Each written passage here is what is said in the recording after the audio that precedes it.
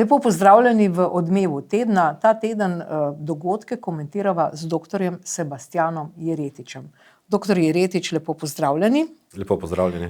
Začniva s tisto prvo novico, ki je pravzaprav razburila slovensko javnost. Namreč Evropska agencija za pomoč, Agency for International Development, za mednarodni razvoj, je bila praktično ukinjena. To se pravi Trumpova administracija, konkretno gospod Elon Musk, ki vodi zdaj neko svojo agencijo za varčevanje in je seveda razpustil to agencijo, ker naj bi po svetu financirala ogromno projektov, ki praktično z Američani nimajo nič skupnega oziroma gre za veliko trošenje denarja. In to, kar je razburilo tudi Slovence, je, da so tudi v Sloveniji plačevali nevladnim organizacijam. 40 milijonov dolarjev je šlo v Slovenijo, recimo med drugim Parada ponosa je prejela 25,000 $, to imamo tudi en posnetek iz te njihove spletne strani. To je recimo tole, 25,000, in potem je pa tudi torej organizacija Oštro, prav tako, ki bdi nad, seveda je šlo za demokratizacijo, tako so napisali, je dobila kar $100,000. Zdaj, glejte, kdo obvladuje medije v Sloveniji? To je pa zdaj zelo zapleteno vprašanje. Amerika. Glede teh agencij je zadeva naslednja.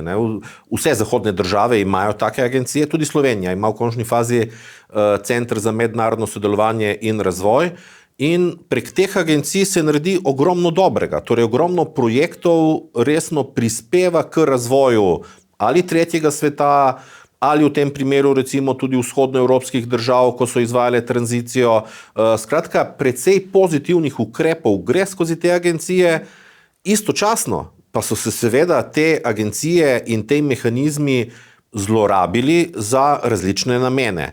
Ena od zelo pogostih rab take, in tu še posebej ameriške agencije, je seveda obveščevalna dejavnost. In potem se je včasih zgodilo, da so v kakšni državi razkrinkali vohunjenje prek teh projektov in se je hitro zvalilo precej kritike na račun neke države, da je potem nedemokratična, ker je iz države izgnala te ljudi, ki naj bi počeli dobre stvari. Skratka, en vidik je bil obveščevalni.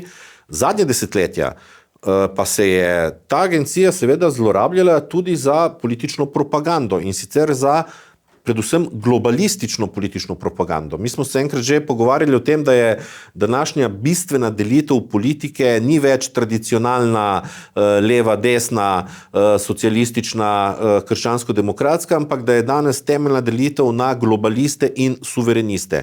In globalisti zagovarjajo ideološko agendo, ki enostavno uničuje vsako lokalno tradicijo, torej vsake lokalne vzorce identitete, zaradi tega, ker želi vzpostaviti neko abstraktno, kozmopolitsko množstvo ljudi, ki bodo razbiti posamezniki. In vrsta projektov, ki so se financirali skozi ameriške programe pomoči, so zagovarjali ravno takšno agendo. Jaz sem pred leti precej sodeloval v različnih volilnih kampanjah na Balkanu, posebej Srbija, Črna Gora, in mi je bilo najprej malo čudno, sem gledal, ko so mi razlagali o tako imenovanih sorošoidih. Oni so tako rekli posameznikom in organizacijam, ki so jih financirale različne institucije pod okriljem Georgea Sorosa, in ki so imele obliko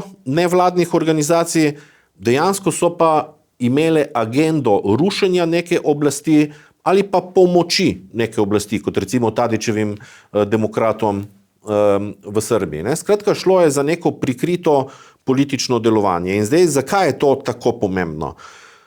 Politični model našega časa je liberalna demokracija in v tem modelu je temeljno polje moči javno mnenje.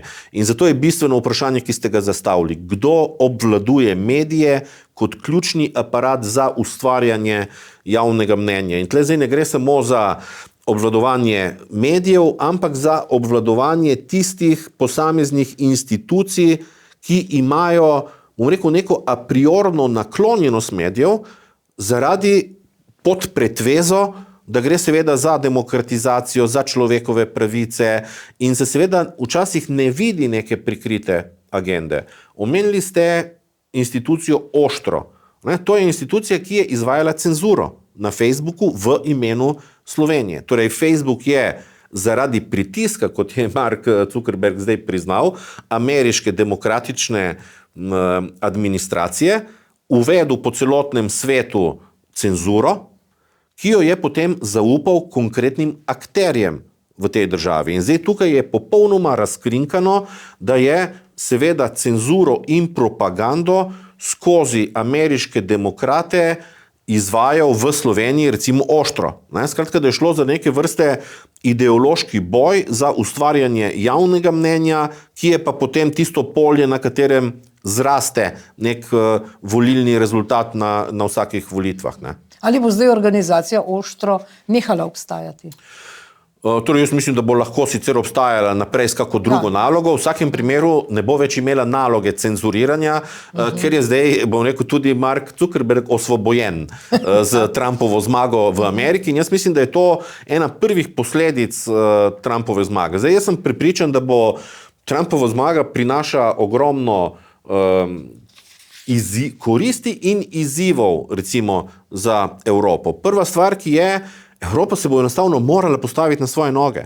Mi ne bomo več mogli se zanašati, oziroma bruseljska globalistična elita se zdaj ne more več zanašati na ameriško vodstvo, ki so ga izvajali demokrati.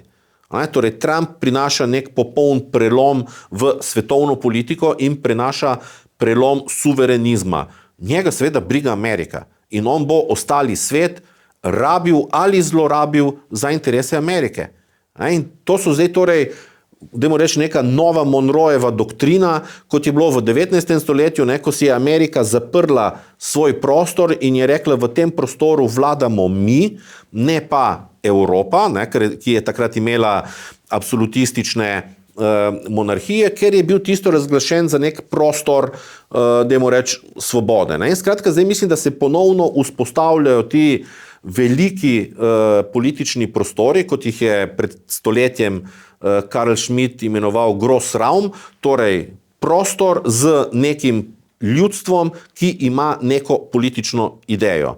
In to, kar se bo zdaj dogajalo v Ameriki in način, na kakšen bo Amerika ravnala do ostalega sveta, predstavlja popolnoma nove izzive za Evropo in jaz se bojim, da Evropa ni pripravljena na te izzive niti mentalno, še najmanj pa kadrovsko, glede na trenutno vodstvo, ki ga imamo v Bruslju. Jaz mislim, da bi prva poteza morala biti radikalna zamenjava celotne bruseljske elite z Ursulo von der Leyen na čelu. Ki ni bila nikoli izvoljena. In jaz mislim, da je ta ekipa škodljiva za evropsko prihodnost, zaradi tega, ker enostavno ni sposobna spoprijeti se z novimi razmerami. No, ampak ob tem lahko povemo, da so tudi evropski poslanci, slovenski evropski poslanci, Branko Grims, Milan Zver in Zala Tomašič, naslovili vprašanja na Evropsko komisijo, kateri mediji v Sloveniji so dobivali denar. Namreč tudi Evropska komisija je razdelila 130 milijonov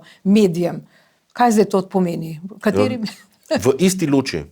Videli smo tudi, verjetno bomo v naslednjih mesecih zvedeli še več detajlov, eno od največjih afer gospoda Timmermansa, ki je bil, dajmo reči, nosilec zelenega prehoda in ki je financiral propagando za zeleni prehod v posameznih državah. Zdaj, ko rečem financiral propagando, to zdaj ne pomeni, da je legitimno zagovarjal svoje argumente. Ker propaganda, ko je transparentna, da rečem, je popolnoma legitimna, to pomeni zagovarjanje neke politične agende. V tem primeru je šlo pa za prikrito manipulativno propagando in zna biti tudi podkupovanje določenih lokalnih akterjev, kar se zdaj ugotavlja in napoveduje ravno v aferi Timmermans.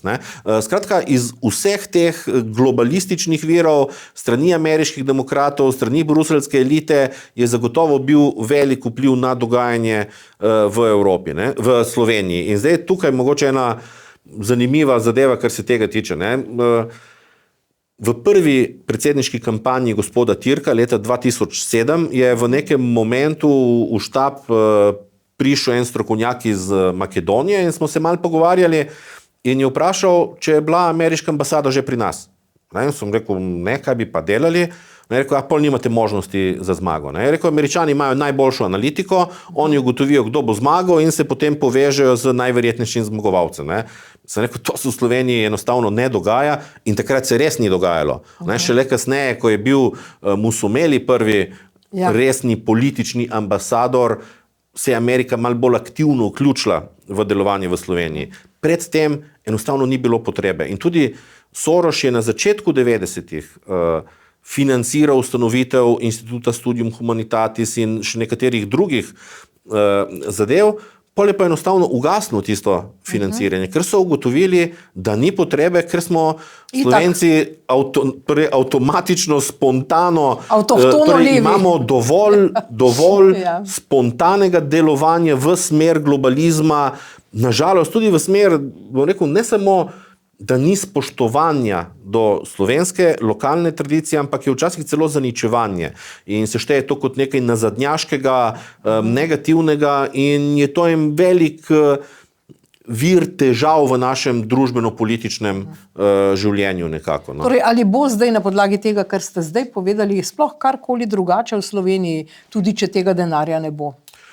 To bo še čas pokazal. Čas bo pokazal zdaj, kolikšen delež javnosti se bo sploh posvetil razmisleku o teh zadevah. Jaz mislim, da finančni del ni bil toliko bistven, da bodo določene institucije še vedno uspele imeti financiranje. Vidimo, da je zdaj ta vlada pač napolnila tudi malhe določenim organizacijam ali pa aparatom propagande in predvsem vidimo, da je v teh letih še dovolj močna neka koalicija, ki spontano deluje v tej smeri. Zagotovo pa bo razkritje določenih zadev imelo neke posledice in bo vplivalo na prihodnje družbeno-politično dogajanje pri nas. No, poglejmo, kaj je na podcastu Aideja o medijih povedal Janez Janša. Jaz bi najprej nekaj rekel obrambo tega pojma resnica. Zdaj pač resnica ni na sredini, resnica je tam, kjer je. Se pravi, nekaj se je zgodilo ali se pa ni zgodilo. In tukaj to je dejstvo. Ma pa midva lahko različne poglede. Ali je to, kar se je zgodilo, dobro ali je slabo. Ali je nekje vmes. Ampak to ni resnica. To je stališče. To je najno stališče. In kar se tega tiče, je to ravnotežje, za normalno sožitje v demokratični družbi ključnega pomena. Ker če ni, kot ste vi rekli, neke nasprotne sile. Imamo primere v zgodovini, ko to ni bilo dobro. Potem tega ravnotežja ni. Zdaj, ne vem, jaz lahko o tem veliko govorim, ampak mogoče en čista konkreten primer. V Sloveniji nimamo ravnotežja, kar se tiče medijskega prostora. Recimo, ko je leva vlada, so mainstream mediji načeloma takšni vladi naklonjeni. Ko je recimo naša vlada, so srednji mediji naši vladi večinsko nenaklonjeni. In je to dejstvo, ki ga noben ne zanika praktično. Razen tisti, ki se hoče delati slepega. No, seveda, lejte, v prid temu je prav te tedne bil tudi predstavljen nek film, ne bom rekla dokumentarec, ker to dokumentarec pač ni, nek film z naslovom Odhod iz Beograda. Scenarij in režija sta bila pod vodstvom Matjaža Mihelčiča, on je avtor. Zdaj, ta film Odhod iz Beograda, takoj se je javil Igor Omerza, ki je napisal že 25 knjig in je poznavalec tega, kako je delovala UDBA, to je tajna policija, ker praktično preživi skoraj vse te študijske dni in ure v arhivu Slovenije in zbira gradivo, če ga je sploh še kaj ostalo, in napisal je 25 knjig in seveda je gospod Omerza rekel, da ta film napačno predstavlja slovenske komuniste, ki so zapustili 14. kongres ZKJ, to je bilo ravno leta 90, kot da bi to storili zaradi osamosvojitve. V bistvu pa Omerza pravi, da so zgolj reševali sebe. No, seveda sem si ogledala ta film in sem izbrala 2 izjavi gospoda Kučana, ki dejansko potrjuje temu, kar zdaj pravi gospod Omerza. No pa poglejmo. Šlo je med drugim tudi zato, da bi Zvezo komunistov Jugoslavije kot enotno centralistično organizacijo poskušali reorganizirati kot zvezo republiških ali, če hočete, nacionalnih zvez komunistov, tako kot je Slovenska zveza komunistov Jugoslavije že pred vojno s kongresom na Čevinah bila pravzaprav nacionalna organizacija. Seveda je to ena od ključnih točk konfrontacije bila pred kongresom in na samem kongresu, tako da sta tam trčila zelo ostro ta 2 koncepta in ko je bilo popolnoma jasno, da nobeden od slovenskih predlogov, ki naj bi neutraliziral to centralistično politiko, ne bo sprejet, smo tako, kot smo se to dogovorili že doma v Ljubljani, preprosto morali povedati, da te organizacije ne smatramo več za svojo organizacijo. Naša odločitev, kljub temu, da ni bila povsem nepričakovana, je vendarle predvsem srbske delegate in to večino, ki so jo imeli, presenetila. In ta odhod je bil spremljan z ploski in z žvižgi odobravanja, tako da je preprosto za mene bilo nerazumljivo, kako da ne razumejo, da je s tem našim odhodom konec kongresa, ker več ne bi imel legitimnosti, ampak da je s tem to seveda tudi konec oziroma začetek konca naše skupne države. Torej, zakaj je dejansko šlo pri tem odhodu? Tudi vam je blizu ta stranka, ste bili nekaj časa aktivni v njej. Zakaj si zdaj pravzaprav ti ljudje, ki so sodelovali na tem 14. kongresu in vsi so bili zdaj tudi vprašani, edini, ki ni dal izjave, je Borut Pahor, zakaj pravzaprav bi oni želeli nekako se priključiti temu vlaku osamosvojitve, če uporabim ta izraz, pahorjanski vlak, ta in oni, ne? Zakaj se zdaj to dogaja?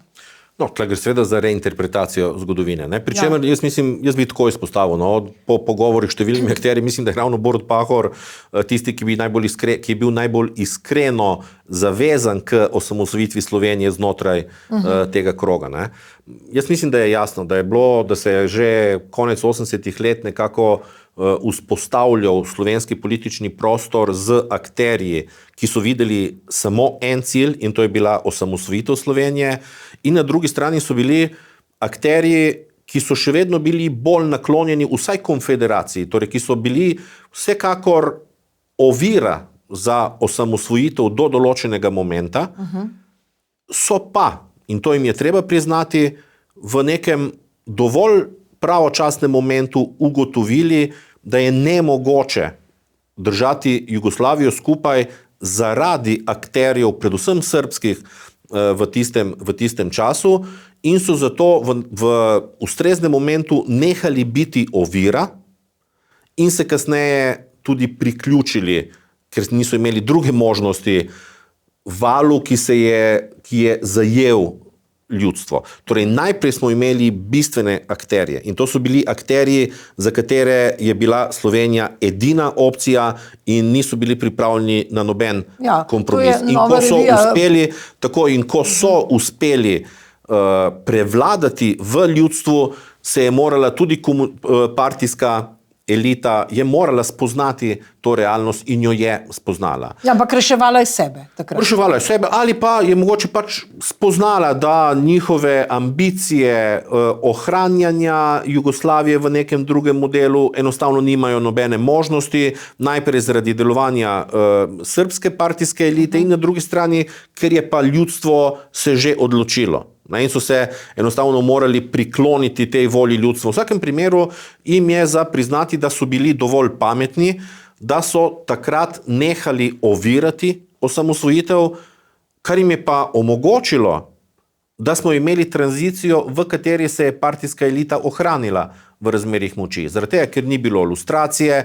ker ni bilo takega dogajanja, kot je bilo recimo v Romuniji in podobno. Skratka, odigrali so pametno za svoje tudi prihodnje interese. Lahko je bilo vmes tudi cel kup ljudi, ki so pristno sprejeli idejo samostojne Slovenije, ampak večina je nekako do konca nekako, bom rekel, bolj verjela v ohranjanje Jugoslavije kot v samostojno Slovenijo.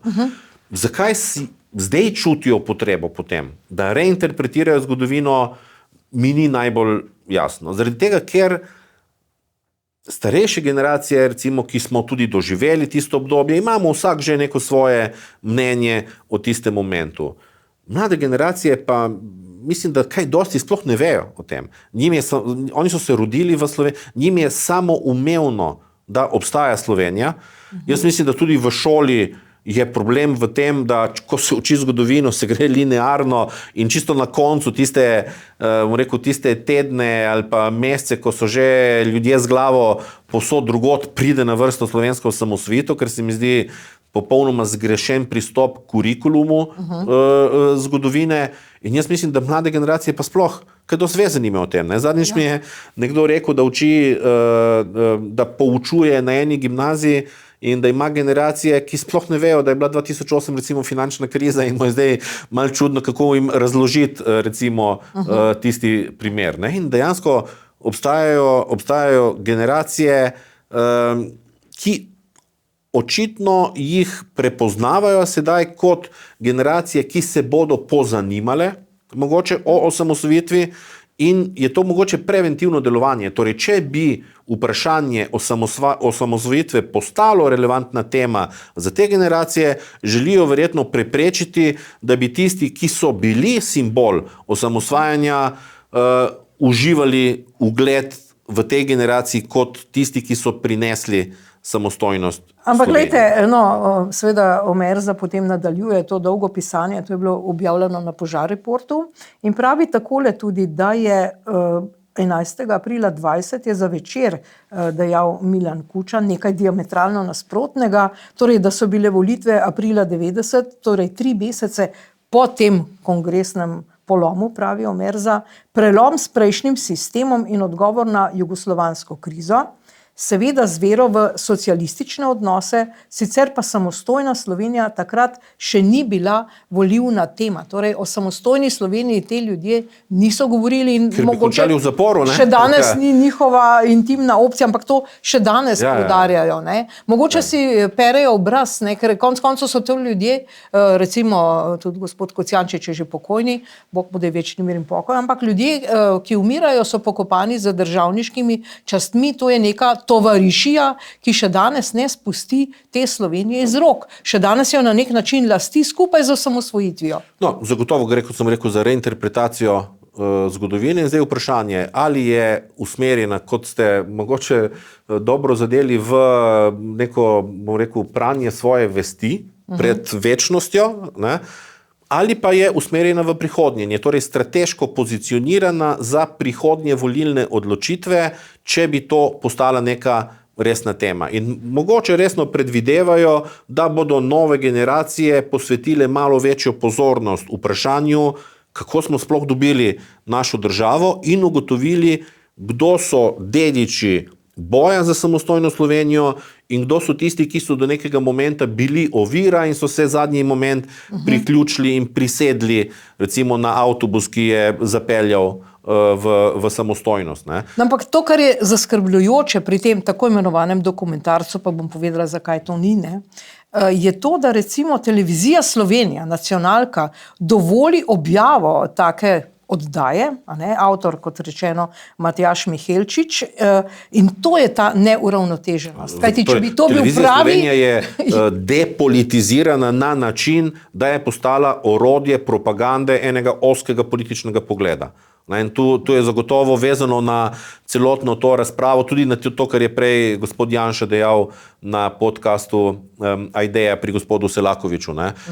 Skratka, zagotovo se strinjam, torej to ni javna televizija, oziroma to je javna televizija, ki je bila ugrabljena za ozke ideološke poglede enega dela naše skupnosti.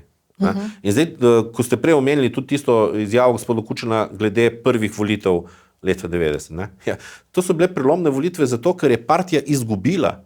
Ravno zaradi tega. In to v tistem domu, v katerem je lahko pač izgubila. In seveda je bil ključni moment tistega delovanja osamosvajanje Slovenije. Je vse sile, ki so premagale partijo, je niso premagale z ciljem, da ostanejo v socialistični federativni republiki Jugoslaviji, ampak da spremenijo model, da torej uvedejo v Sloveniji parlamentarno liberalno demokracijo in da Slovenijo osamosvojijo. In še kako je bila to pomembna tema tudi leta 90. To, da se javno o tem ni govorilo, je pa popolnoma razumljivo. Vse so ljudje končali v zaporu, če bi to javno govorili, tako kot je v zaporu končala četverica 2 leti pred tistimi volitvami. Ne? Ampak glejte, spet z vidika televizije Slovenija, nacionalke, je to nekaj popolnoma, bom rekla, na meji strokovnosti. Ne bom rekla popolnoma nestrokovno, ker dokumentarec... Jaz mislim, ne vem, če je smiselno sploh se pogovarjati o strokovnosti vezano na RTV danes, ker je to enostavno aparat v funkciji ene politike, torej v funkciji neke propagande. In to je seveda, mi lahko, kot bom rekel, bližji opazovalci rečemo, da je to transparentno propaganda.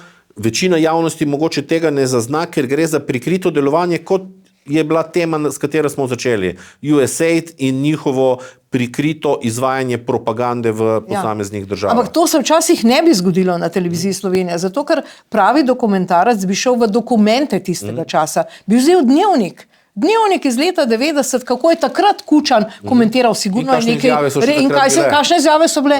Ne moreš pa ti 35 let kasneje zdaj nekaj govoriti, ker, a veste... Predvsem pa bi vprašali res ključnega akterja te zgodbe, to je gospoda Pahorja, ki ima najmanj, bom rekel, pa najbolj neobremenjen pogled na tisti kongres, predvsem zato, ker je dejansko rdeča nit njegove celotne kariere bila sprava in preseganje razkola v skupnosti in bi zato bil najbolj relevanten sogovornik za tak dokumentarec. Ne? Ja, in pri vsakem dokumentarcu bi pisali, vprašali smo tudi gospoda Pahorja, tako predvidevam, pa ni želel sodelovati, ali karkoli, se veste, dobi še nekak disclaimer na koncu piše, vpraševali smo tudi te, pa ne. Ampak dobro, pustimo, to je zdaj nek izdelek, ki ga je danes televizija Slovenija pripravljena objaviti, včasih pa to ne bi bilo tako. Ne? Kajti tudi včasih so hodili ljudje z nekimi izdelki, pa jih televizija ni objavila. Ne? Je moral to narediti nekdo notranjih in odgovarjati za to. Ampak, to smo zdaj že komentirali televizijo Slovenija, pa vendarle. Ne? Zdaj, če gremo na to neuravnoteženost medijev in na to, kar je pravzaprav zdaj na nek način, bom rekla, čudaškega, poglejmo, kako se je začel ta Evropska prestolnica kulture, ta zabavni del, ko je predsednik vlade dobesedno priveslal na prizorišče.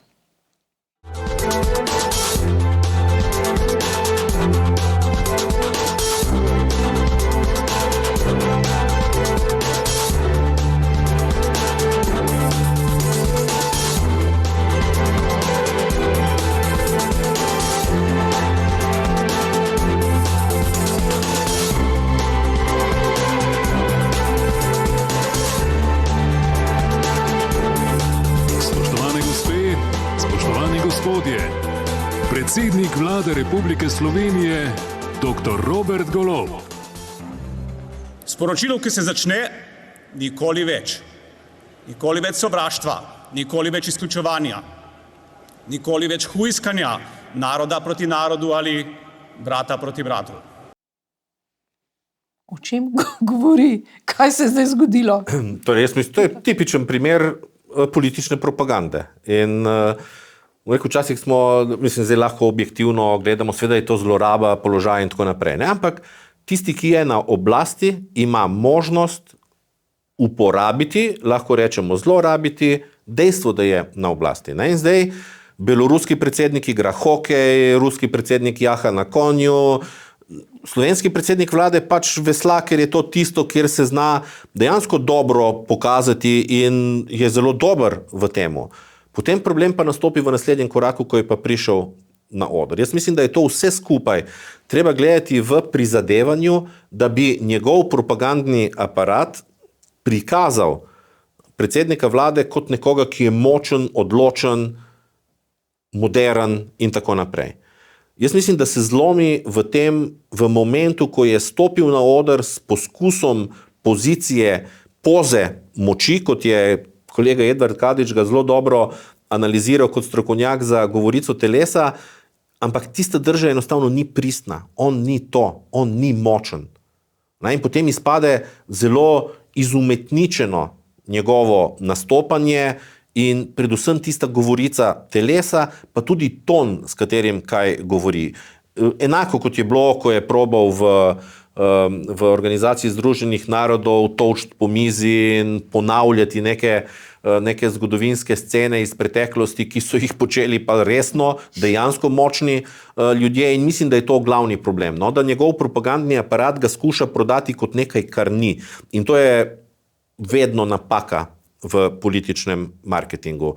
Bolje je izbrati ustreznost, pristnost, avtentičnost in prikazati liderja takšnega, kot je. Jaz mislim, da je v tem primeru temeljni problem, da deluje gospod Golob kot nek šibek fantič, ki bi se rad pokazal kot močnega, pa to enostavno ni. In da se to kaže v številnih njegovih nastopih, predvsem v tistih, ko se skuša dejansko s pozo pa z nekimi frazami na res nepristen način prikazati kot močen voditelj. No, ampak tudi v tekstu je veliko protislovij. Kako lahko nekdo, ki je počistil janšiste na RTV Slovenija, na policiji, pa kdo ve, kje še vse, to je čistilna akcija, pravzaprav jih je pripeljala na oblast. Kako lahko zdaj reče nekdo, da nikoli več blatanja, napadanja, brata proti bratu in tako. Ta tekst je popolnoma neautentičen. Zelo enostavno, tako kot je spet Karl Schmitt, ki sem ga že prej omenil, govoril o vojni v imenu človeštva. Kaj zdaj to pomeni njegovo vsebina njegovega govora? To pomeni, da on tiste, ki ne mislijo enako kot on, ne šteje za brate, ne šteje za del slovenskega naroda, slovenske nacije, slovenske države. Tisto so izločki, zaradi tega, ker nikoli več brat proti bratu. Kaj to pomeni? Pomeni, da tisti, ki se pa s tabo ne strinja, izpade ne samo iz bratovščine, ampak iz statusa sočloveka v tvoji skupnosti. In to je izjemno brutalna politična kultura, na katero, dajmo reči, je spadel predsednik vlade. In to so politični pristopi, ki iz demokratičnega procesa izločajo vse, s katerimi se nekdo ne strinja, in jih dejansko ne štejejo za vredne sogovornike nekega demokratičnega procesa. To, kar pa je bistveno za eno pluralno družbo, je pa ravno spoštovanje tistega, ki ti je tudi najdlje v neki ideji. Ker ne glede na vse razlike med nami, mi moramo živeti skupaj.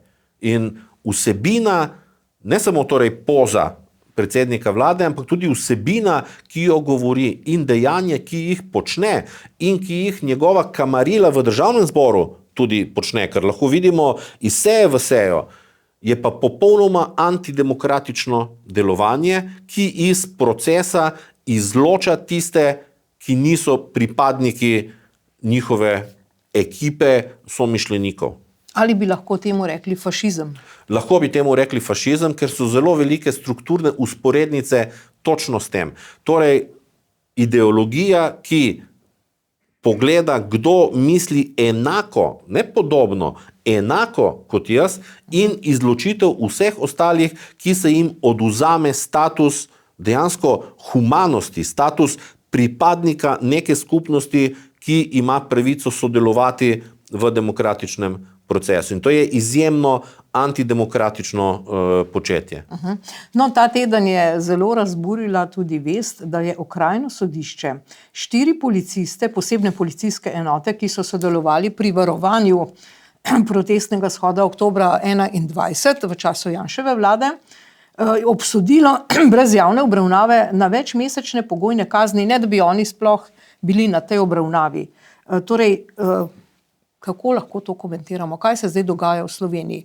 Zdaj so policisti obsojeni, seveda Janez Janša je že rekel, da bodo, ko pridejo na oblast, seveda to spet ukinili to kazen, ampak že so bili tudi obsojeni ljudje, ki so pretepali policiste in druge ljudi, pa so jim ukinili kazni Čemu smo zdaj Jaz priča? mislim, da je to grozno dejanje. Tle gre dejansko za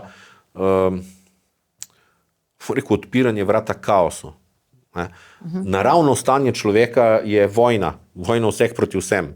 In to, kar nam omogoča, da sobivamo, je kultura, je red, je dogovor o nekem sobivanju. In treba se je prizadevati za to, da ne živimo v naravnem stanju, ampak da živimo v kulturnem stanju. Ker v trenutku, ko se sesuje ta nek minimum konsenza in skupnega verjetja v sobivanje v skupnosti, lahko pademo ponovno v kaos tega naravnega stanja. In ta vlada je že s prvimi potezami, ko je ukinila zakonom, torej ukinila kaznovanje za tiste, ki so kršili pravila v nekem obdobju, ki je bilo izjemno zahtevno. Možno je, da je dejansko bila to svetovna zarota, da je nekdo nategnil cel svet, če rečem, zelo na grdo. Ampak celoten svet se je moral prilagoditi tisti situaciji in Slovenija se je enostavno držala enakega reda kot vse ostale države. In ljudje, ki so kršili tisti red, so bili ustrezno sankcionirani. Zdaj se je pa najprej njih oprostilo in potem se je spravilo na ljudi, ki pa so skrbeli za red. Tisti dogodek in sploh ta fama o zaplinjanju Ljubljane in podobne zadeve, ta dogodek je bil dogodek izjemnega tveganja. Jaz mislim, da v kakšni drugi evropski državi bi se precej drugače končal za tiste protestnike, sploh nasilne, divje in spodbujene k nasilju. V tistem času so bile zelo močne obveščevalne informacije, da se pripravljajo organizirani izbruhi nasilja zato, ker je bil to dan, ko se je v Sloveniji organiziral Evropski vrh. Mi smo imeli evropske voditelje pri nas in obstajali so interesi, da se destabilizira ta dogodek in so bile napovedi, da bo ogromno provokatorjev in nasilnežev na tistem dogodku in izkazalo se je, da je bilo res tako, da so bile te napovedi upravičene. Celo izkazalo se je, da so evidentirani posamezniki, ki so organizirali te nasilja in razne provokacije. Videlo se je posameznika, ki je brcnil, recimo napadalo se je novinarje, fotografe, pa se mediji niso postavili v bran svojih kolegov, ampak na koncu na stran nasilnežev, ki so napadali in brcali njihove kolege. Ne? To, kar se pa zdaj dogaja z temi napadi na policaje, je pa sploh grozno, ker je zdaj veliko vprašanje, kaj se bo zgodilo prihodnjič, kaj če se ponovi situacija, v kateri smo takrat bili. Najprej, zakaj bi se nekdo držal reda? Pričakoval bo, da bo oproščen, zaradi tega, ker je to praksa v Sloveniji. In kdo od policajev bo šel tvegati svojo glavo v obrambo reda pred nasilneži, če bo vedel, da je lahko za to kaznovan. In jaz mislim, da so to zelo, zelo slabi signali za leta, ki prihajajo in ki prinašajo izjemna varnostna tveganja za celotno Evropo, ne samo za Slovenijo. In spet mislim, da nismo pripravljeni na leta pred nami, predvsem mentalno nismo pripravljeni na to. No, ampak, če dodamo k temu še to, kar se je ta teden zgodilo, to je bil protest pravosodnih policistov, seveda glede na to plačno reformo, ker dejansko ljudje, ki so že do zdaj bili zelo malo plačani, niso plačani nič bistveno več zaradi te reforme, funkcionarji pa bodo seveda plačani več tisoč evrov več. Ne? Torej, kakšen je odnos te vlade do policistov? Izjemno slab, do njih pa še posebej, ker vidimo, da je zdaj rešitev organizacija piknika pa nogometna tekma. Mislim, to je mi veliko razočaranje, ker sicer izjemno cenim gospod Katič kot sposobno, bom rekel, politično uradnico najprej in potem torej v celotni njeni politični karieri. Ampak to enostavno seveda ni nek normalen pristop. Imamo resne težave v skoraj da vseh podsistemih naše družbe. Na vsakem koraku pokajo zadeve in imamo vlado, ki očitno ni sposobna reševati teh zadev, ampak jih še poglablja. Tu seveda obstaja izjemno tveganje. Ne vem, se bo zgodilo kot v Angliji, da se bo začelo kriminalce spuščati iz zapora, ker jih nima kdo čuvati. Ja. Ali pa je druga možnost zdaj, da jih izvozimo, tako kot bodo nekatere države počele, ne? Tako kot se je recimo Italija zmenila z Albanijo, pa jo pri tem precej ovirajo recimo njihovi sodniki spet za politično agendo delovanja proti Melonijevi. Ne? Ampak v vsakem primeru ali moramo na ustrezen način zagotoviti dovolj kadrov, ali pa moramo ugotoviti, ker po statistiki več kot polovica zapornikov so tujci. Ja, dajmo jih pol poslati drugam. Ja. Dajmo se pol dogovoriti, da so kaznovani in izgnani in naj oddelajo svojo kazen drugod, ali pa če jih una država pri njih doma spusti na ulico, je to potem njihov problem, v Slovenijo se enostavno ne bi smeli več vrniti. Ne? Skratka, na nek način bo treba pristopiti k zagotavljanju varnosti, ker to je zdaj bistvena zadeva. In jaz slišim, da se predvsem nove generacije, mlade generacije, so se začele bati in postaja varnost velika težava, kar je mogoče seveda najprej psihološko v tem momentu, zaradi tega, ker Slovenija še vedno velja za eno najbolj varnih držav na svetu in jaz verjamem, da smo še sploh primerjavi s kakšno Francijo ali kaj podobnega. In jaz mislim, da je ravno varnost naše največje bogatstvo in ga je zato treba ohraniti, ne pa dovoliti takšna tveganja, kot se dogajajo zaradi delovanja Golobove vlade. No in ena od teh zgodb te varnosti oziroma manjše varnosti je ta, da tožilka Mateja Gončin ni več varovana oseba. Ne? Ona seveda smatra, da je to tudi maščevanje, ker je podala kazensko ovadbo glede na nekdanje vodstvo Centra za varovanje in zaščito.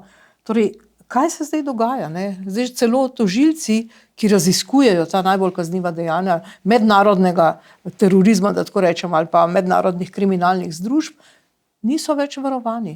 Mi smo videli že pri zgodbi Balkanskega bojevnika, da Slovenija enostavno ni sposobna procesirati zadev. Zato, ker nekaj, kar je bil dokaz v neki drugi državi, pri nas ni štel za dokaz. To pomeni, da imamo resen problem s celotnim pravosodnim sistemom. In tukaj se v ozadju dogaja tudi neka propagandna vojna. Skuša se prikazati tožilko kot osebo, ki je dejansko skorumpirana. Kot neko žensko. Kot žensko, ki se je spečala z kriminalci, ki naj bi zato bila celo preiskovana, so neka namigovanja zdaj na X-u, in da naj bi v kratkem bila celo zaprta. In da bi jo policija zaprla, češ da je se spečala s kriminalci in zaradi tega zavirala določen proces. Skratka, tu je zelo težko, seveda brez nekih insajderskih informacij ugotoviti, kaj je resnica. V vsakem primeru to, kar pa lahko vidimo, je propad še enega sistema, v katerega bi ljudje morali zaupati, to je sistem policije in pravosodja, in vse več signalov je, da enostavno ti organi, ki se imajo za avtonomne in v katere nihče ne bi smel posegati, niso sposobni očistiti nesnago v svojih vrstah. Vrsta je takih primerov in se zato postavlja vprašanje, na kakšen način pa to potem počistiti. Torej, če oni sami med sabo niso sposobni ugotovljene kršitve, in tle govorimo od odvetniške zbornice do pravosodja, torej niso sposobni počistiti nesnago v svojih vrstah, demokratično izvoljena oblast v imenu ljudstva pa ne sme sploh komentirati, kaj šele posegati, ker je v trenutku halo in gre za iliberalne posege v njihovo avtonomijo. In tle smo pred enim resnim izzivom v prihodnjih letih in ne gre samo torej za finančni, organizacijski vidik, gre dejansko za čisto vprašanje našega ustavnega reda in pogojev za spoštovanje avtonomije tega sistema, ko ugotavljamo, da sistem ne deluje in sam po sebi se ne samo, da se ne popravlja, ampak se celo slabša. In to bo en velik politični izziv za prihodnje mandate. No in seveda ta teden smo lahko videli poslanko Grgurevič, kako je jemala in potem dokončno odvzela besedo poslancu Hojeviku, ker ne vem sploh, kaj je rekel, ker ni imel sploh možnosti povedati nič, ne, sploh ne vemo, kaj bi povedal, ne, že avtomatično mu je bila odvzeta beseda in seveda vprašanje, ki se tu ves čas pojavlja, je zdaj, ali je res treba čakati na volitve, ali kaj zdaj lahko storimo, da se to ne bo zgodilo. Namreč prišli so ven tudi rezultati spet merjanja inštituta Mediana, ne. Rezultati so porazni za Gibanje Svoboda. Zdaj 23,7% je zdaj že odgovorilo, da bi volilo SDS. Ne. Ta številka se veča, je večja za 3 odstotne točke glede na januar. Gibanje Svoboda bi izbralo 12%, tudi NSI bi obkrožilo 3,8%, januarja pa še 5%. In vlada pač nima več podpore oziroma zelo so kritični do nje že 53% vprašanih. Torej, lejte, ali treba čakati volitve ali lahko na podlagi teh rezultatov, kdo zdaj lahko karkoli spremeni? Treba je počakati volitve. Torej, edini, ki bi lahko ta mandat predčasno prekinil, je sam predsednik vlade, ki pa mislim, da čisto zaradi psihološkega profila in megalomanije si ne bi pristal na karkoli takega, ne glede na to, da bi mu to mogoče celo koristilo. Ker jaz mislim, da v tem trenutku bi Svoboda še lahko dobila tudi 15% na volitvah, z vsakim mesecem so pa možnosti za sploh preživetje te stranke manjše, zato ker enostavno so nesposobni narediti dejanski preobrat, ki bi potem omogočil preobrat v javnem mnenju. Ampak situacija je taka, imamo 4-letni mandat in dokler ni odločitve same večine v parlamentu, se tukaj ne da čisto nič narediti. Ne glede na ankete, ne glede na delovanje, brutalno delovanje Svobode v parlamentu, ki nima nobene zveze ne samo z politično kulturo, ampak ki dejansko Slovenijo potiska v ustavno krizo, ker Slovenija je parlamentarna demokracija in če temeljna institucija parlamentarne demokracije ne deluje, potem smo v ustavni krizi. No, ampak seveda zdaj so se začele dogajati tudi stvari na desnici, da tako rečem, ne? Ker seveda 24% volivcev ne ve ali pa ne želi povedati, koga bi volilo.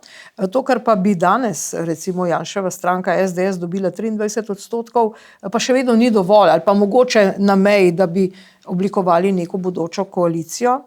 Ne? Lejte, zdaj Logar je prav ta teden pač ima skupino nepovezanih poslancev, vendar se zdaj ta skupina ne imenuje Demokrati, ne. Tako je Urška Klakočar Zupančič odločila. Kaj se zdaj obeta samemu Logarju, ne? Recimo, kaj bo zdaj z njim, kam bo on pristopil? On bo moral na nek način, zdaj, če bo imel poslansko skupino, se do stvari opredeljevati. Ne? Mi bomo videli, ali bi si bolj levo, bolj desno, se odloča, se ne odloča. Kaj se bo zdaj zgodilo s tem? Jaz mislim, da je bolj problem v tem, da dejansko eno je zaplet glede poslanske skupine, kjer mislim, da predsednica in parlamentarna večina onemogočajo 3 poslancem kvalitetno izvajanje svojih ustavnih dolžnosti. In to je, da so poslanci predstavniki vsega ljudstva, ki niso vezani na nobena navodila, kar je bistvo parlamentarizma nasploh. Poslanske skupine so orodje za organizacijo dela, ki omogoča delovanje poslancev. Predsednica je tukaj ponovno posegla v neko, dajmo reči, tradicijo oziroma v neko dosedanje razumevanje pravil, pri čemer mislim, da nima prav. Sklicevala se je, seveda, mislim, z argumenti, ki veze nimajo, na to, kako so ljudje koga volili, ali ni to zloraba volivcev. Torej, še enkrat, bistvo parlamentarizma je, da se skozi odprt in racionalen dialog išče rešitve, ki so v skupnem konsenzualnem interesu. V momentu, ko ljudje izvolijo poslance, so poslanci predstavniki vsega ljudstva. in niso vezani na nobena navodila. Oni niso delegati. Mi nimamo več delegatskega sistema, ko je bil nekdo poslan samo zaradi matematike z jasno nalogo, kako in kaj glasovati. Mi imamo parlamentarno demokracijo. In 3 poslanci so se odločili ustanoviti svojo poslansko skupino, pri čemer je geneza te skupine pomembna tudi za njeno interpretacijo. V poslovniku Državnega zbora zelo jasno piše, da se lahko iz ene, torej prva stvar je, da lahko lista, ki je šla na volitve, ima samo eno poslansko skupino. Ok. Potem pa jasno piše, da se iz ene poslanske skupine lahko izloči skupina, če gre za ali razpad neke stranke ali za ustanovitev nove stranke iz dela te stranke. In to se je zgodilo. Zdaj, če bi gospod Kaloh ostal v tej skupini, verjamem, da tudi črkobralska logika predsednice Državnega zbora ne bi mogla onemogočiti tega delovanja. Ampak, torej, tudi če sta se 2 poslanca iz te stranke postavila na svoje, se je kasneje tem pridružil še gospod Novak.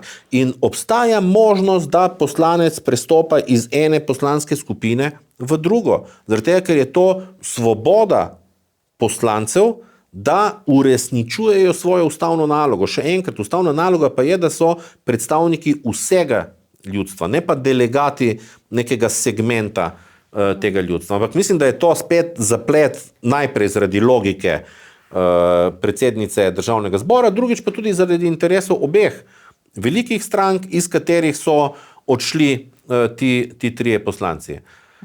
Ta zaplet je mogoče celo pomagal gospodu Logarju, da ima zdaj nekaj dni neko malo več pozornosti, ker smo videli, da z neko vsebino te pozornosti do zdaj ni dosegal. Dosegajo recimo z občasnim pristopom ali izstopom koga od politikov, ki pa sicer niso neka velika imena, predvsem pa dejansko pomankanje neke jasne agende in politične opredelitve, s katero bi se lahko v političnem prostoru malo bolj zasidro. Tako da v tem trenutku mislim, da je bistvo pomankanje njegove politike, bolj kot to oviranje njihovega dela v samem Državnem zboru. No, na to pomankanje politike govori tudi dejstvo, da je gospod Bojan Rems bil ustanovni član, pa je zdaj tudi izstopil, ker pač ni zadovoljen z tem, kar se dogaja v tej stranki. Ampak gospod Kaloh, ki je vmes napovedal ustanovitev suverene stranke, Suvereni, se je pa dobil z gospodom Alenom Komanom, ki ima seveda tudi svoj podcast in sicer Scutum Fidei oziroma Ščit vere. Kaj si lahko obetamo od tega? Gre tu za neko novo, mogoče bolj desno stranko? Kaj si lahko od suverenih obetamo? Torej tako, SDS je izjemno široka stranka, ki sega od desne sredine do bolj skrajno trdo konzervativne desne strani. In znotraj take stranke se najdejo lahko različni profili. Zdaj, kar se tiče gospoda Kaloha, dokler je bil v taki širini, je bil tudi mogoče manj opazen. Ampak pol se je v nekem momentu odločil, da gre v en kot te stranke. Da gre torej z gospodom Logarjem v dejansko ne samo desno-sredinsko, ampak celo v poskus prehoda na drugo stran z podporo Kamali Harris in podobnimi odločitvami gospoda Logarja. Torej, skratka, podal se je v eno stran in ko tam ni dobil ustrezne funkcije, torej podpredsednika stranke, je pa zdaj šel na popolnoma drugi rob te stranke, torej v trdo konzervativno suverenistični del.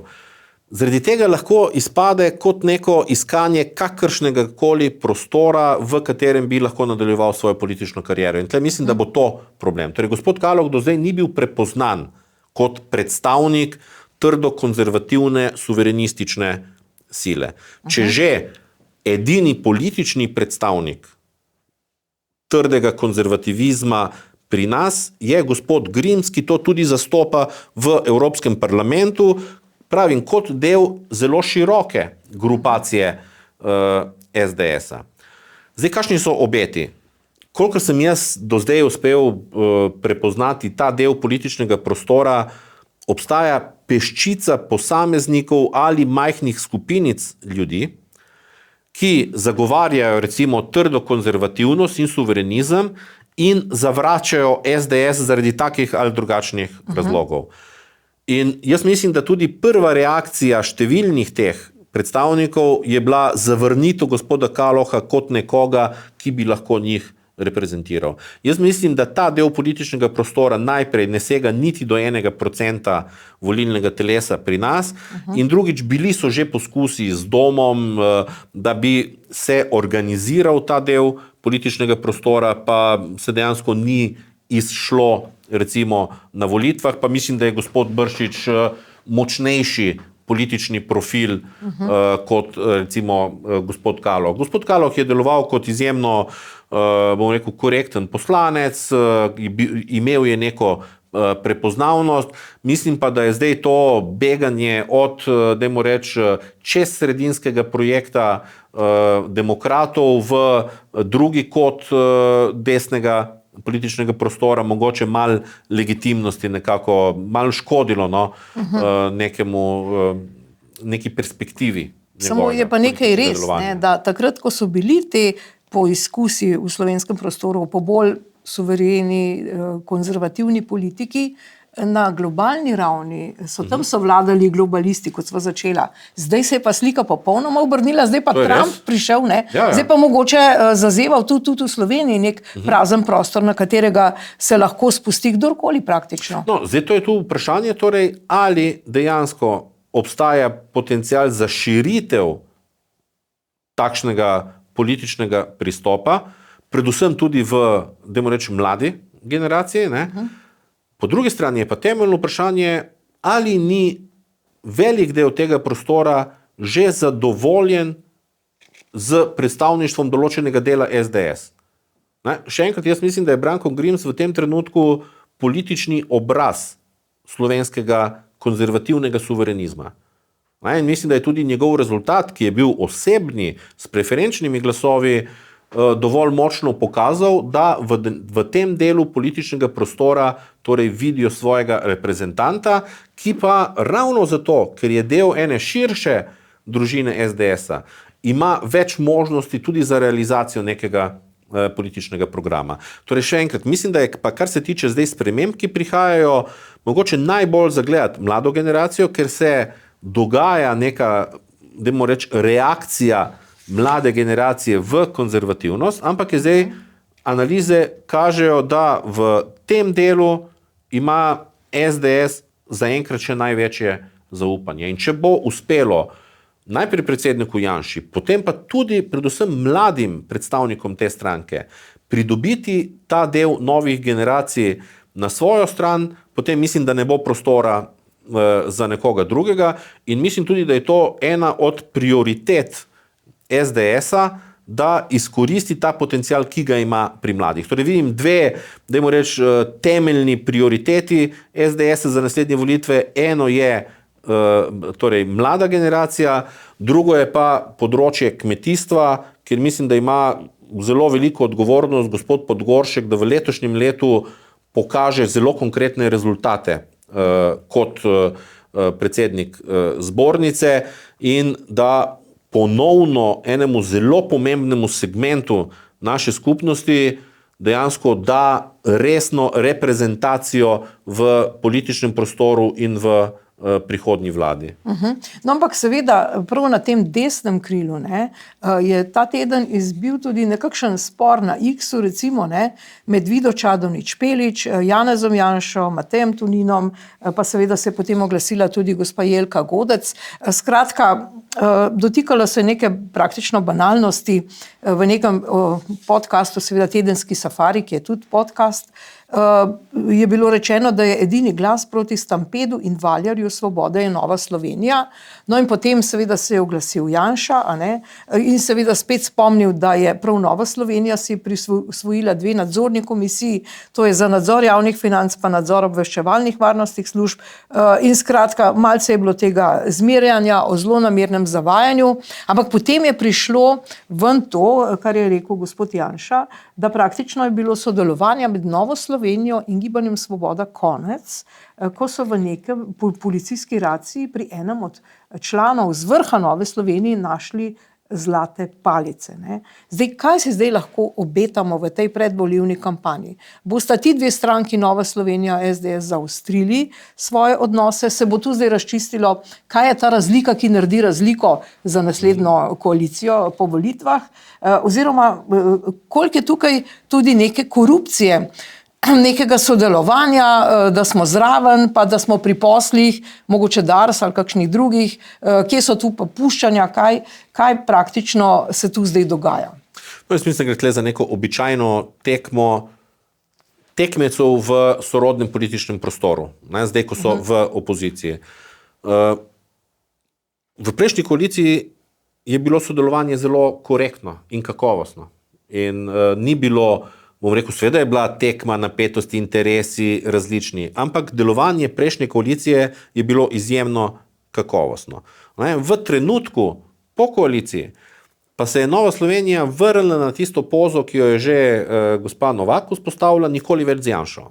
To pomeni, in to je razumljivo, zato ker iščejo nek svoj prostor, torej poskušajo pridobiti določen del volilnega telesa, ampak mislim, da zelo kratkovidno s tem, ker realnost politična je, da je gospod Janša hegemon desnega političnega prostora in da je tisti, ki bo popeljal zmagovito stranko na naslednje volitve. In če se bo želela vzpostaviti desno-sredinska stranka, je on glavni akter. Če se bo hotelo vzpostaviti veliko, široko koalicijo narodne enotnosti skoraj, je spet ključen akter. Torej, dokler je relativni zmagovalec volitev, je vsaka kalkulacija, da se bo oblikovala vlada brez njega, dejansko nesmiselna. Jaz pa razumem določene poskuse, dajmo reči pozicioniranje v političnem prostoru, ampak so se že do sedaj izkazali, da Nova Slovenija s tako politiko ne pridobiva točk.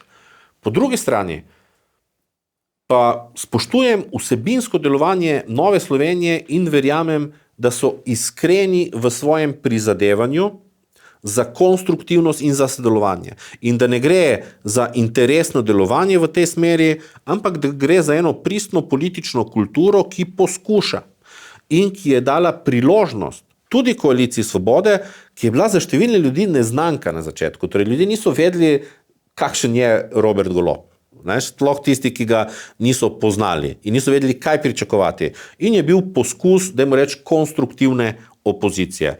Zelo hitro se je izkazalo, da je to bilo mogoče neko naivno pričakovanje korektnosti in je seveda SDS izkoristil to priložnost, da jih je opozoril, da jih je opozarjal pravočasno, da koketiranje z Golobom Novi Sloveniji ne more koristiti. Zdaj verjetno se bo nekaj časa še malo zaostrovalo te odnose, tako kot se običajno v obdobju neke tekme za pozicioniranje v opoziciji. Si pa res želim, da bi se proti koncu, tik pred volitvami, odnosi le otoplili, ker se je v teh 30 letih pokazalo, da lahko desnica vlada takrat, ko gre enotno, dogovorjeno na volitve kot velika koalicija. Torej, desnica je v Sloveniji močno zmagala 2004, ko je tudi sestavila prvo vlado gospoda Janše, ampak zmagala je že prej. Zmagala je leta 1996, ko je bila ta zmaga ukradena. Ukradena je bila najprej z potezo predsednika Kučana, ki je namesto, da bi podelil zmagovalcu volitev mandat. To je bil gospod Podobnik kot zmagovalec koalicije 3 strank. Zmaga je bila 45-43. Je namesto tega raje podelil mandat gospodu Drnovšku, ki mu je potem uspel nakup enega poslanca z desnice, gospoda Pucka, ki je prestopil takrat v LDS. Ampak tudi takrat, zakaj je zmagala desnica? Zato, ker je šla kot koalicija Slovenija enotno na volitve, s 3 seveda strankami, ampak z napovedjo sodelovanja. Leta 2008 je za zmago Socialnih demokratov bilo bistvenega pomena poteza ponedeljek pred volitvami, ko se je napovedal trojček. Torej, ko se je napovedalo sodelovanje Socialnih demokratov kot nekih liderjev, bom rekel, takrat opozicije, Zaresa in LDS-a. Skratka, tisto napovedovanje je naredilo prelom zadnji teden, ker teden dni pred volitvami so ankete kazale na zmago SDS-a. Skratka, napoved nekega sodelovanja v Sloveniji še vedno prispeva k zmagi nekega bloka. Mi imamo zdaj že 15 let, seveda, v glavnem zmage antijanšizma na volitvah. Ampak temeljni način, da se to premaga, ni kot recimo počne Nova Slovenija, ki prispeva k antijanšizmu. Ker če Nova Slovenija kot partner, ki je korektno sodeloval v vladah, pravi, ne bomo šli v vlado z gospodom Janšo, to pomeni, da je antijanšizem upravičen, ker celo partnerji tako pravijo, čeprav vejo, da je sodelovanje potekalo korektno in da je bilo tisto vodenje države kakovostno in v korist države. Skratka, prispevajo k postavljanju okvirja izbire. In to mislim, da je strateška napaka Nove Slovenije. Razumem pa njihove ambicije in želje, da bi bili več od tega, kar jim je do sedaj nekako uspevalo. No, ampak če se začele te predvolilne zgodbe in predvolilno leto, seveda zadnje leto smo lahko opažali, mnogi so to pripisovali Gibanju Svoboda, da je praktično SD se znašla v mnogih aferah. To se pravi Litijska, pa zdaj na zadnje Spirit in tako naprej. Ali se lahko tu obeta, da bo tudi na desnici se pojavil ta model, da bomo spodrivali mogoče Novo Slovenijo z nekimi zlatimi palicami in tako naprej? Kaj se lahko tu zgodi? No, jaz mislim, kot sem rekel, da je to trenutna neka tekma pozicioniranja. Kakšna so dejstva glede tega, mi res ni znano, ker sem opazil včeraj ta tweet, nisem pa videl nekega nadaljevanja in informiranja, kaj je bilo s tem nekako mišljeno.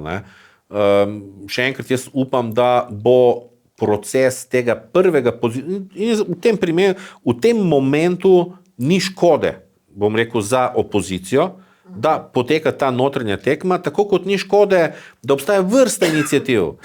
Demokrati, Fokus, SLS se pripravlja na neko spremembo. Skratka, neko vrenje, ki je v tem trenutku dobrodošlo za desnico. Prišel pa bo moment, ko bo treba pa trezno oceniti, kaj je realno na naslednjih volitvah.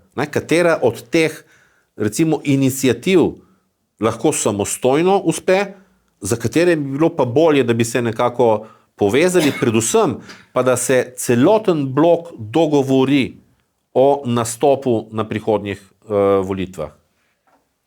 Torej, vse to bo pokazal čas, kar se tiče teh političnih strank. Je pa bil ta teden v Ljubljani tudi protest v podporo srbskim študentom.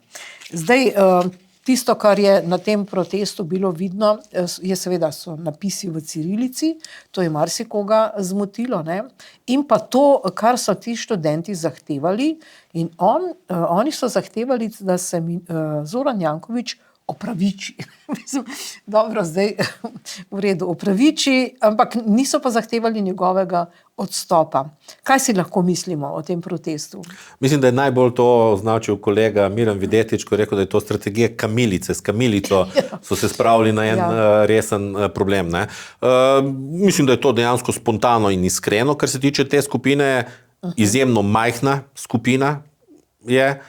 Sploh glede na to, da je kljub vsemu bil nek, bom rekel, intelektualni odziv na potezo gospoda Jankovića, ampak če naredimo mogoče mal korak nazaj, zakaj sploh je bil odziv na to, ker je bilo o tem veliko debat, na nobeno prejšnjo afero se pa nihče na tak način z levega pola ni odzival. Jaz mislim, da vse druge afere, od farmacevtke, kanalizacije in tako naprej, so bile prepoznane kot napad z desne.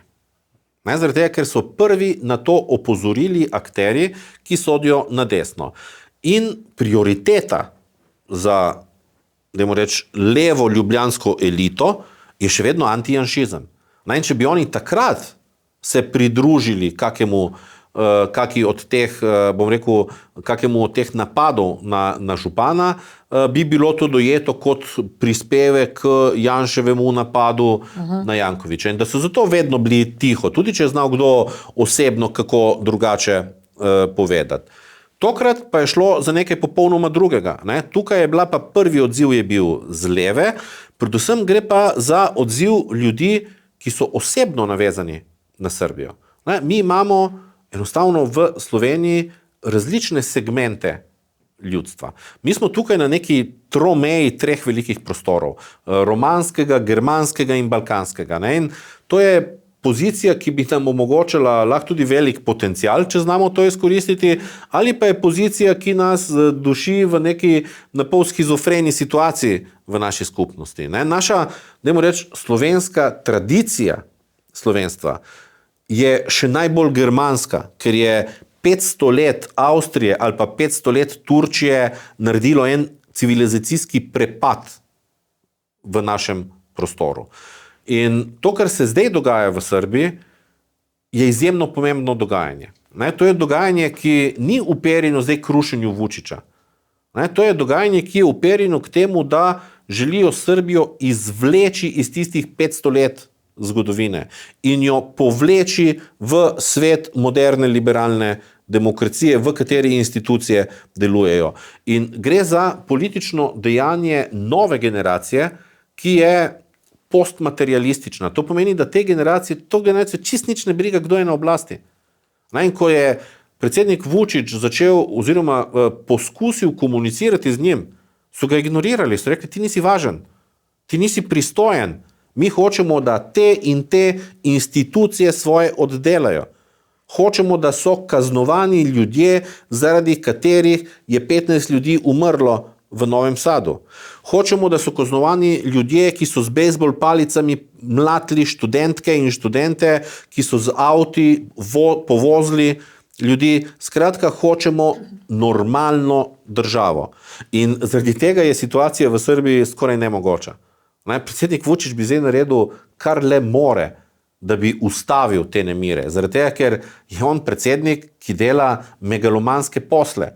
Tle so milijardni posli se obračajo v Srbiji in njemu tej nemiri, rekel, zdaj onemogočajo to milijardno prihodnost. Ne? Ampak po drugi strani imajo študentje najbolj normalna pričakovanja, pričakujejo normalno državo, kar je pa istočasno popolnoma nemogoče. Torej, Vučić ne more čez noč iz 500 let neke zgodovine spraviti Srbijo v današnji čas. Ne? In zdaj, v Sloveniji pa imamo torej ljudi določene, ki so tudi zapustili Srbijo ravno zaradi tega, ker so hoteli se izvleči iz tiste turške mentalitete, v kateri je še vedno večji del Srbije enostavno politično zaprt. Jaz sem prepričan, da če bi imeli to nedeljo volitve, bi Vučić ponovno zmagal. Z meseci je vprašanje, kaj se bo še dogajalo. Ampak v tem trenutku dol ni politične alternative, ampak se gradi mentalna alternativa. Ne? In zdaj, to je zadeva, ki je izjemno pomembna. Določen del ljudi v Sloveniji je to prepoznal in je zaradi tega reagiral na Jankovićevo pismo podpore Vučiću, ki je spet interesno, torej ne ideološko, ampak interesno. Potem pa se je zgodila napoved tega protesta, ker sem vseklih pričakoval, bom rekel, nekaj več od tega. In zdaj zadeva pa popolnoma razvodenela. In jaz mislim, da v naslednjih tednih sploh ne bo več debate o tem, da je gospod Janković, bom rekel, zaprl torej 2 muhi na en mah, zaprl bo vprašanje doma, kjer bo še vedno ostal izjemno močno na oblasti in zaprl je svojo obveznost do gospoda Vučića s tistim pismom podpore.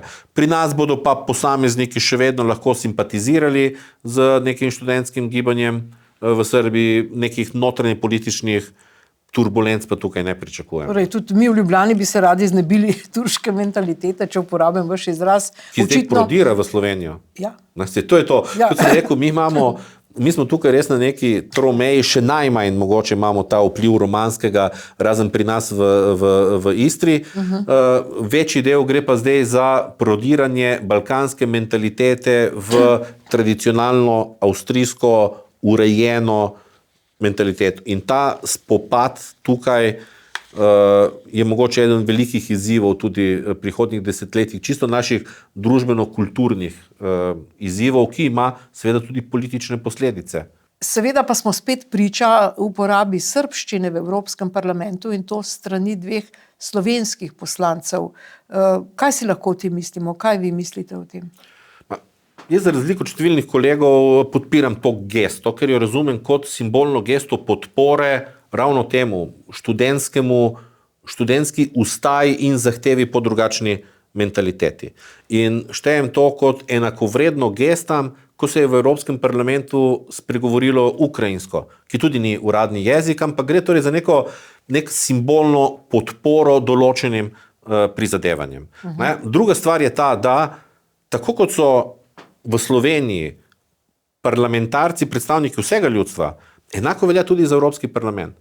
Torej, oni res so iz Slovenije poslani v Bruselj, ampak oni so predstavniki evropskega ljudstva.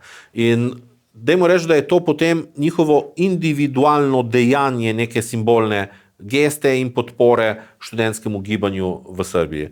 Tukaj je mogoče malo dvolična poteza gospe Joveve, predvsem zato, ker je še decembra bila sama kritična do gospoda Prebeliča in pametovala, da srbščina ni uradni jezik v Evropskem parlamentu, potem pa ponovila to gesto, ko je videla, da je gibanje dobilo malo drugačen nekako zamah. No, ampak v vsakem primeru jaz vidim predvsem gospo Jovevo ne kot predstavnico Slovenije v bruseljskem parlamentu, ampak kot tipično predstavnico globalizma.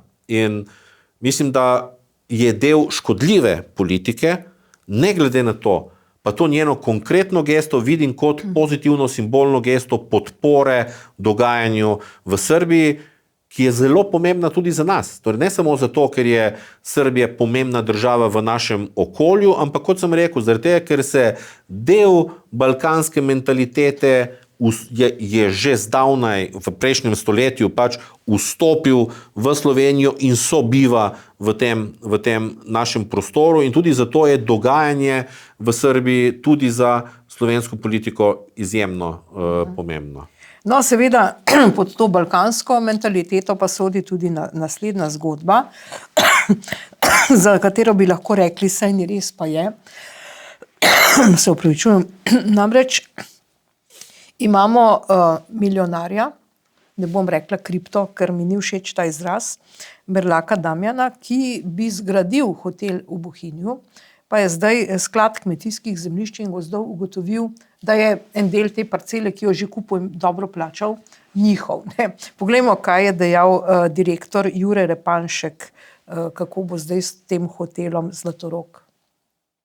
Smo prejeli poziv od sklada kmetijskih zemljišč oziroma že kar podpisane pogodbe z njihove strani, da podpišemo prenos kmetijskih zemljišč, kar pri nas predstavlja v naravi travnike in pa gozdove. Mi smo bili pripravljeni plačati nek znesek, da se pogodimo, da nam dolgoročno ne bojo mogli očitati, da smo karkoli oškodovali državo, ampak temu pač žal ni tako. Mi v tem času, ko so potekale tožbe in ostale stvari, nismo počivali, ampak smo delali načrte. Če bi ta hotel obratoval in če bi mi nadaljevali z investicijo, bi v bistvu veliko več dajatev že plačali sami državi, kot pa oni zahtevajo zdaj trenutno od nas, ampak očitno tukaj ni nobenega posluha in interesa. Dvomim, da je kakšen bohinjski ni hvaležen gospodu Merlaku, da je te hotel odkupil, ker so se nam pač podirali. Ni nam pa jasno, kako je lahko vsak teh 30 let prihajalo lastništvo, so se menjali lastniki. Ja, lejte, zdaj prva stvar, Damjan Merlak. Že naš odnos do nekih bogatašev. Zakaj vedno govorimo, da je gospod Merlak kriptomilionar? Ja, drugi so pa mogoče, ne vem, lopovski milijonari. Koliko jih pa jih imamo? Skuša se prikazati, da je to podobno lopovskemu. Ja, kripto, kaj zdaj? On je milijonar. Merlak je zaslužil nečim, kar je zgradil svojim znanjem. Torej, on ni bil preprodajalec. Zdaj reč, kvečemu bi govorili lahko o neupravičenih milijonarjih, ki so mešetarili takrat z certifikati, recimo, ali kaj podobnega. V tem primeru gre za nekoga, ki je nekaj zgradil z svojim znanjem. Odnos do bogatašev pri nas pa je predvsem v tem, da smo pač kmečki narod, da smo narod, ki je skozi stoletja bil podložen veljakom neke druge narodnosti in zaradi tega nimamo nekega spoštovanja do ljudi, ki uspejo. Ta konkreten primer pa kaže na seveda popolnoma neobstoječe pravno varstvo investiranja v Sloveniji. To je nekaj neverjetnega, da se lahko zgodi, da nekdo, ki legitimno nekaj kupi, se kasneje šele ugotovi, da je bilo to, da bom rekel, da bi moral še enkrat nekomu drugemu plačati, ne da bi ta, ki mu je prvič plačal, bil odgovoren pol komorkoli drugemu, če so obstajale neke pretekle obveznosti ali kaj podobnega. In tle je odnos, ki ga Slovenija kaže do tujih investicij, tudi temeljni razlog, da je zdaj ponovno upad nekako investicij pri nas. Mi smo imeli neko obdobje, ko je 8 let se mučil minister Počivalšek, da je spremenil ugled Slovenije v tujini in da je pridobil več tujih investicij in da so se na tujih, bom rekel, na tujih trgih so začeli drugače gledati na Slovenijo. Zdaj pa je spet, seveda, oni imajo zelo dobre obveščevalne službe, je bilo spet ugotovljeno, da imamo koalicijo, ki ideološko bi z bajoneti nagnala podjetnike v morje in izgnala iz države in se seveda potem skozi take primere, da jim reči, zmanjšuje možnost nekih drugih tujih investicij pri nas. Ja. Jaz sem enkrat pri vas že omenil drugi primer, torej prevare, ki jo je Tjaša Andrej Prosenc, razvpita komunistična odvetnica, naredila v primeru do Federica in Luigija Pignatelja, bratov, ki so otroci Doris Majer, torej ljubljanske družine, ki je bila pred vojno izjemno pomembna, ki je med vojno pomagala partizanom, pa so kljub temu ubili očeta, njo izgnali in ki je kasneje pridobila nazaj objekt, v katerem je sicer živela odvetnica, ki je dejansko prevarala svoje kliente, ponaredila zapisnik neke skupščine in potem izvedla vrsto nekih drugih dejanj. In zdaj imamo tukaj torej primer gospoda Pignatelja, ki ni kar nekdo. To je oseba, ki je predstavil Melanijo Trumpu, to je oseba, ki v svetovnem poslu nekaj pomeni in ki seveda se pogovarja z drugimi ljudmi. In ki je zdaj tudi povedal, da ko je prvič omenil Trumpu, da ima neko poslovne zaplete v Sloveniji, mu je Trump rekel, bež strani Slovenije. To je država, v kateri ni pravne varnosti, to je država, v kateri je pravosodje skorumpirano. In zdaj vsak tak dogodek seveda odmeva v teh krogih. Tudi gospod Merlak ni kar nekdo. To je v določenih krogih izjemno prepoznavna oseba. In vsaka taka zgodba seveda hitro zaokroži. In vse to škoduje Sloveniji. No pa recimo, če gledamo samo zemljiško knjigo, velja sicer prepričanje uradno, da to, kar je v zemljiški knjigi, to velja. Celo na določen dan, na določeno uro je izpisek. Ja, seveda, zdaj pa ne more nekdo, pa čeprav ni nek veliki, tudi če je samo Jože iz, Slovenske Bistrice, če on verjame v zemljiško knjigo in nekaj kupi, je to, kar je kupil. Ne more zdaj po 30 letih neka državna ustanova, ki je sama imela tudi velike spremembe institucionalne vmes, ugotoviti, da ne, v bistvu je pa tole naša parcela. Ali pa bi morala biti poplačana strani tistega, ki je prodal na podlagi uradnega dokumenta. In vsi mi si želimo, da bi Bohinj zaživel. Mi smo vsi veseli, da se je pojavil nek Slovenec, ki bo vlagal v Bohinj. In zdaj pride nek sklad kmetijskih zemljišč in gozdov, ki bi rad enostavno samo zaslužil. In država seveda, kot je rekel dobro gospod Repanček, zasluži manj, ker bi več zaslužila, če bi omogočila investicijo, ki bi začela prinašati davke. In to je eden od problemov slovenskih državnih aparatov. Tudi ta neusklajenost in predvsem to nespoštovanje pravne varnosti kot temelja nekega urejenega sobivanja. Ja, in pravzaprav stvar neke nevoščljivosti, če smo čisti iskreni. No, zdaj pa za konec, obeta se prihodnjo sredo, 19. februar, shod seveda stranke upokojencev Pavla Ruparja. To, kar je pa zdaj novo, je pa, da so se temu shodu in temu pozivu po višjih pokojninah in proti korupciji v tej vladi pridružili tudi študenti, dijaki, stranka SLS, SDS in Zeleni. In seveda še kdo. Kaj se zdaj dogaja? Torej, mislim, da je gospod Rupar dejansko vzpostavil neko energijo, ki je začela povezovati te sile, ki so kritične do trenutne situacije. Tudi Zmago Jelinčič se bo, kot sem razumel, udeležil tega dogodka in je še zelo, zelo aktiven, pa mogoče malo manj, dajmo reči, v medijih, v očeh javnosti, ampak že digitalno in terensko se ga lahko opazi kot zelo aktivnega. Ne? V vsakem primeru je pa gospodu Ruparju uspelo organizirati neko izjemno močno energijo. Kljub vsem tistim poskusom, tudi internim, da bi ga nekako spodkopali, mu je uspelo tudi to zadevo premagati, prestopiti in mislim, da vidim zelo velike možnosti in potencial gospoda Ruparja na prihodnjih volitvah, že samostojno ali pa kot enega od magnetov, ki bi povezal določene sile. Če pri njemu opazimo, da ima 10.000 izjemno angažiranih oseb. Vsaka od teh oseb je, prepričan sem, sposobna še 4-5 drugih pripeljati na volitve, je to že dovolj za prestopiti recimo prag. Skratka, v političnem prostoru zastopa en del ljudi, ki so izjemno jezni.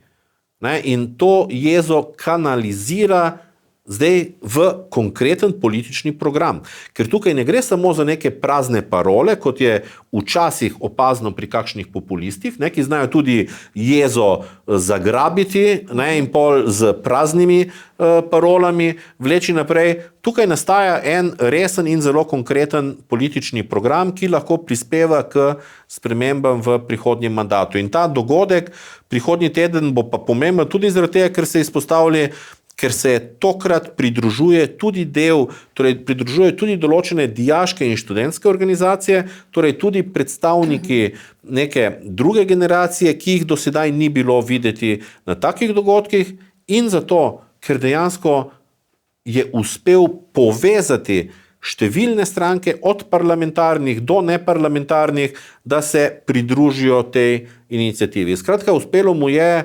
organizirati neko osnovo, ki povezuje tiste sile, ki so izjemno kritične do aktualne situacije in do načina, na katerega se aktualna vlada spoprijema s to situacijo. No, to pa bo seveda dogodek, ki ga bomo komentirali v prihodnem odmevu tedna. Za tokrat pa dr. Jeretič, najlepša hvala za komentarje. Hvala za vabilo. In spoštovane gledalke in gledalci, hvala za pozornost. Nasvidenje.